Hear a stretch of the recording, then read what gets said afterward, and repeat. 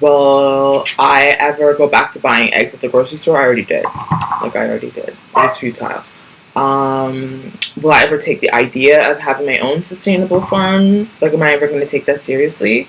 Am I ever going to seriously have chickens or a goat? Like, I want a goat or two. Am I ever going to grow a vegetable garden?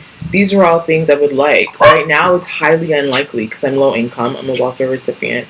I'm living nomadically when I can. Like, it's just like how you even think about where those funds are going to come from. Do I even have a job to be able to save up money? Can I even pay first and last month's rent? Can you afford a down payment? Like, these are all things that I have to realistically think about. And so having my own chicken farm does not seem, it's highly unlikely right now. Although it's something I would dream of, right? So, and that's life. I think that's really life, right? It's like we think we know something, but then we experience something and you realize how much you were missing out on, right? Like how little I knew the whole time and I didn't even know that I didn't know. So, this episode is called Buying Chickens from the Grocery Store After Staying at a Chicken Farm. So, I went to a grocery store last night. I wasn't expecting to feel so ridiculous about buying eggs after spending some time, or the last 2 weeks actually, no, more than last, almost the last month, just under in different chunks. But I've spent several weeks collecting eggs from the chicken coop. And so I was doing a chicken sit recently, which was my first one. I've been calling one in for a long time, and hoping that I can do a chicken sit. There was one, I had an opportunity to do one, I think it was in Caledon, which is where I went to school, high school, but it didn't end up working that sit. So regardless, I ended up doing a chicken sit, and I went to the grocery, and while I was doing the chicken sit, I would, the chickens would hatch or lay about, not hatch, lay, it's the same thing, I don't know, about five, anywhere from 4 to 5 to 7 to 8 chickens a day. And I actually found taking care of chickens to be really soothing.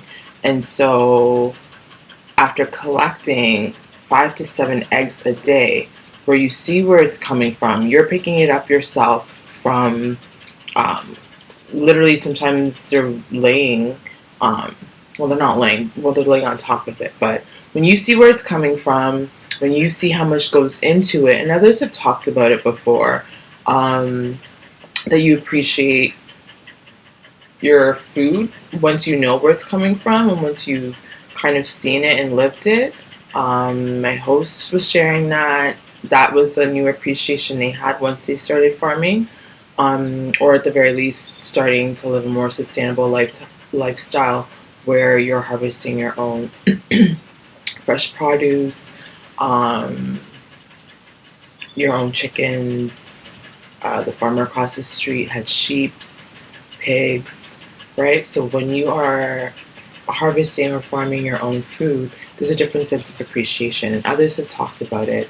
I just didn't realize how real it would be until I went to a grocery store yesterday, and all of a sudden, I was like, now I'm asking, where do these eggs come from? What are the chickens fed daily?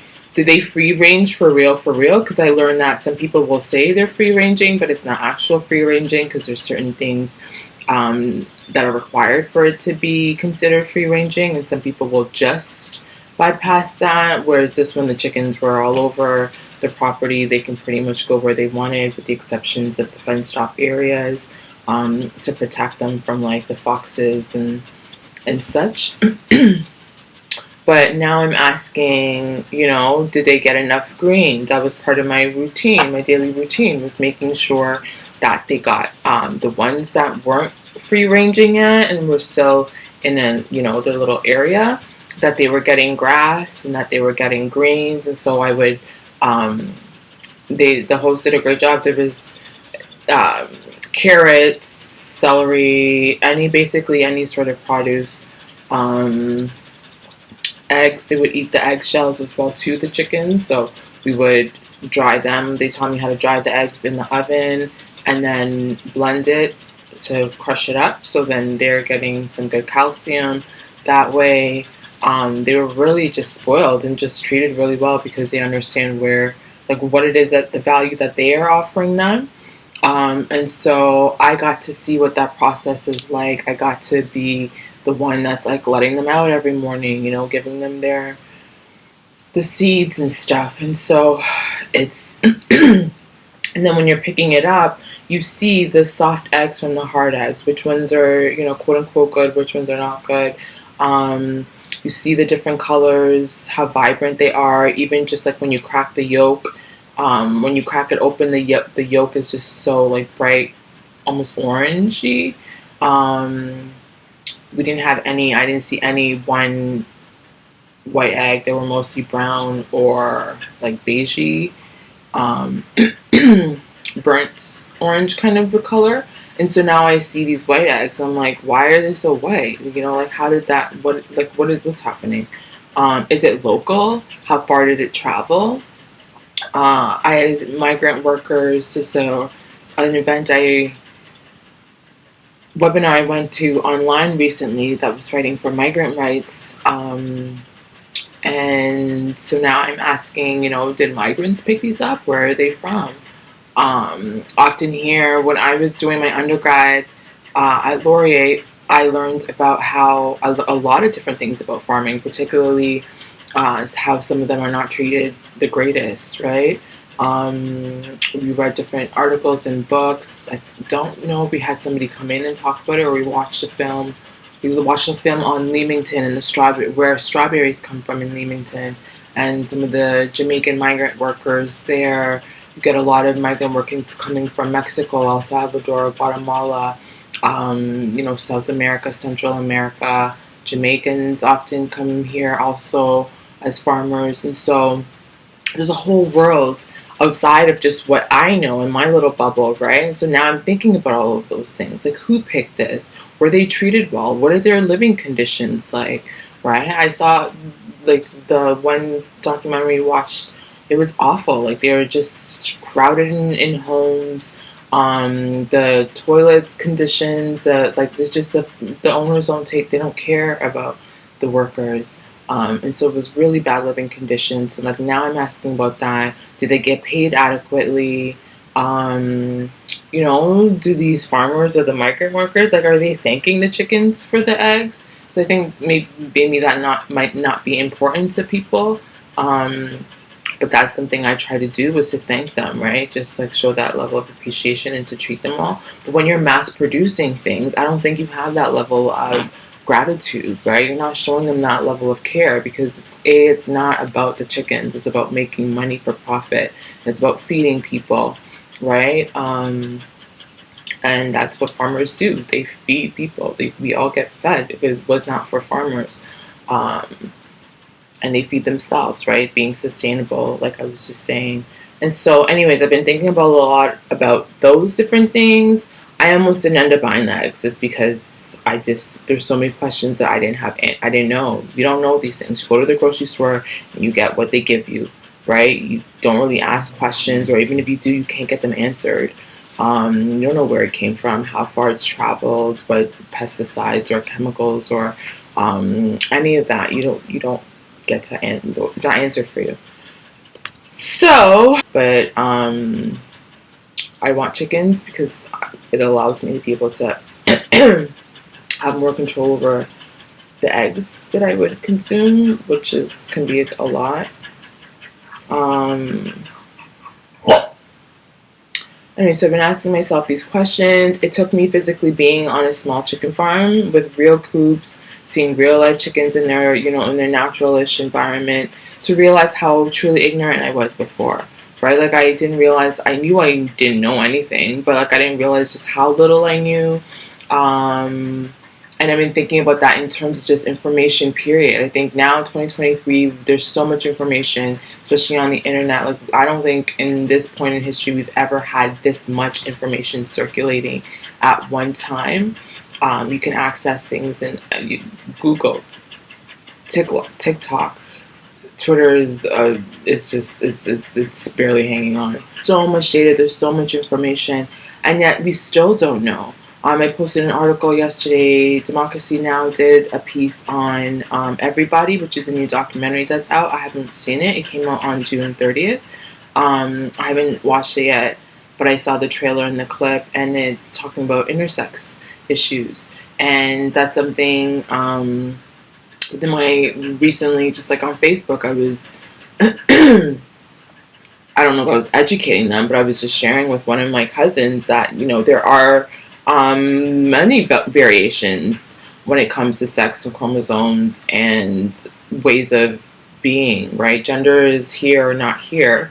So we often say sex is here, gender is here. Gender is a construct. That's a whole thing that people don't understand. They're like, how did it, but like, you think God just, well, yeah, they do think God. They do think Adam and Eve. Like, that's how people literally, especially when you're Catholic or Christian, that's how we were raised. The world started, boom, God, 7 days, he took rest. Spontaneously, Adam, this human being, we are assuming was like a white man, I guess. When this probably would have been taking place in the Middle East, in Israel and Palestine.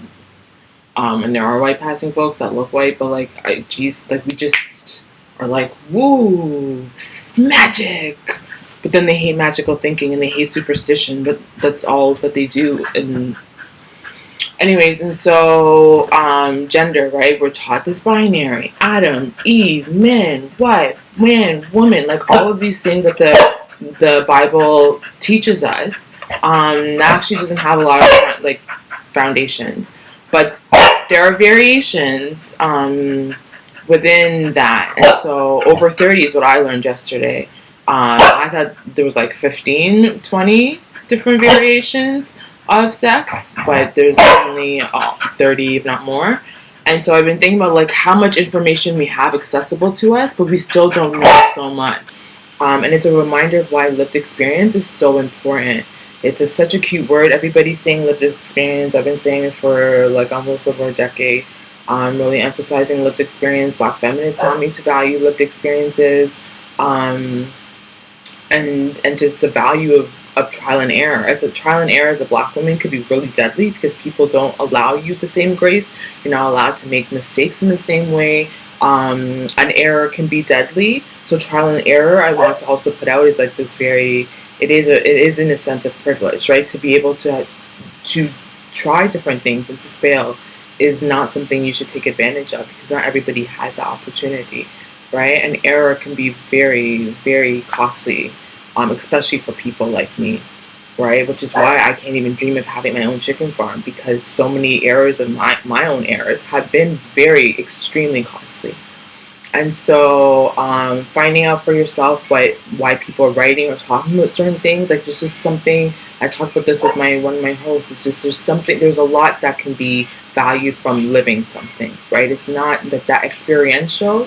I'm really huge on experiences, so anyways, it can change the trajectory of your life. I don't know why this was as long as it was. I'm going to leave it there. Please like, subscribe, and share. Have you ever farmed your own chickens? Have you ever been on a chicken farm?